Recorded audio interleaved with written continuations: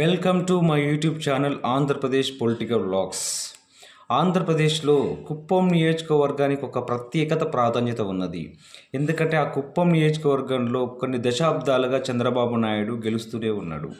చంద్రబాబు నాయుడు ప్రాతినిధ్యం వహిస్తున్న నియోజకవర్గం గెలుస్తూనే ఉన్నాడు అనకుండా గెలిచేలా చేసుకుంటున్నాడు. ఎందుకంటే కుప్పంలో గత 2 నుంచి 3 దశాబ్దాలుగా 30 నుంచి 40 వేల దొంగ ఓట్లను క్రియేట్ చేస్తున్నాడు. ప్రతిసారి ఆయన మెజార్టీ కూడా ఆ లెవెల్నే ఉంటుంది. 30 నుంచి 40 వేల ఓట్ల కన్నా ఎక్కువ మెజార్టీ ఉండలేదు.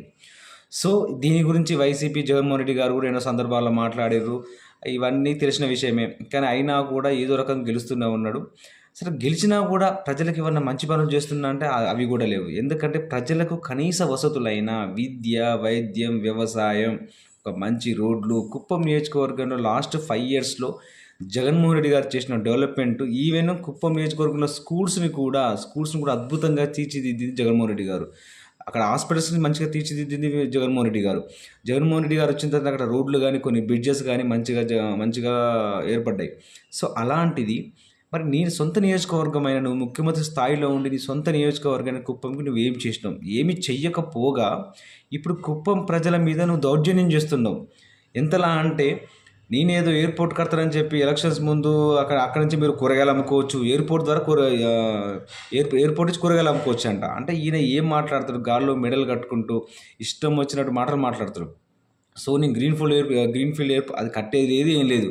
నేను ఏదో గ్రీన్ఫీల్డ్ ఎయిర్పోర్ట్ కడతానని చెప్పి రైతుల దగ్గర నుంచి బలవంతపు భూసేకరణ చేస్తున్నాడు. ఇప్పటికే దాదాపు 428 ఎకరాల భూసేకరణ చేసిండు. బలవంతంగా పోలీసులు అడ్డు పెట్టుకుని రకరకాలను వాళ్ళని బెదిరించుకొని చేసిండు. ఇంకా రిమైనింగ్ 1450 ఎకరాలు కావాలంటే దానికోసం ప్రజలని అక్కడ రైతులని పీడిస్తున్నాడు.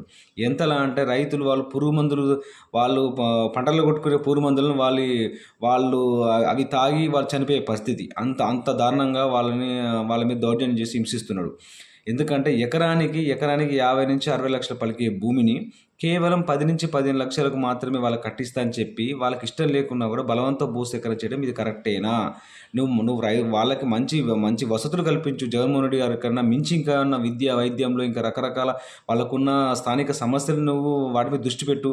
అలా కాకుండా గాల్లో మెడలు కడతా, ఎయిర్పోర్ట్లు కడతా ఎవరికి ఉపయోగమయ్యా బాబు? అసలు అక్కడ ప్రజలకు కావాల్సింది కనీస వసతులు, వాటి మీద నువ్వు దృష్టి పెట్టు. అలా కాకుండా నేను ఎయిర్పోర్ట్ కడతా, గాల్లో మెడలు కడతా ఇవి చెప్పి రైతుల దగ్గర నుంచి బలవంత భూసేకరణ చేయడం నీలాంటి వారికి తగదు. ఎందుకంటే రైతులకి తను నమ్ముకున్న భూమిని అమ్ముకోవడానికి ఇష్టపడు. అయినా కూడా వాళ్ళకి ఏమైనా మంచి రేటు కట్టించి నువ్వు ఒక మంచి డెవలప్మెంట్ చేస్తా అంటే నువ్వు వాళ్ళకి మంచి రేటు కట్టేయాలి. అలా కాకుండా 50 నుంచి 60 లక్షల పలికే భూమిని 10 నుంచి 15 లక్షలు కట్టిస్తా అనేది అది మంచి పద్ధతి కాదు. ఇది ముమ్మాటికి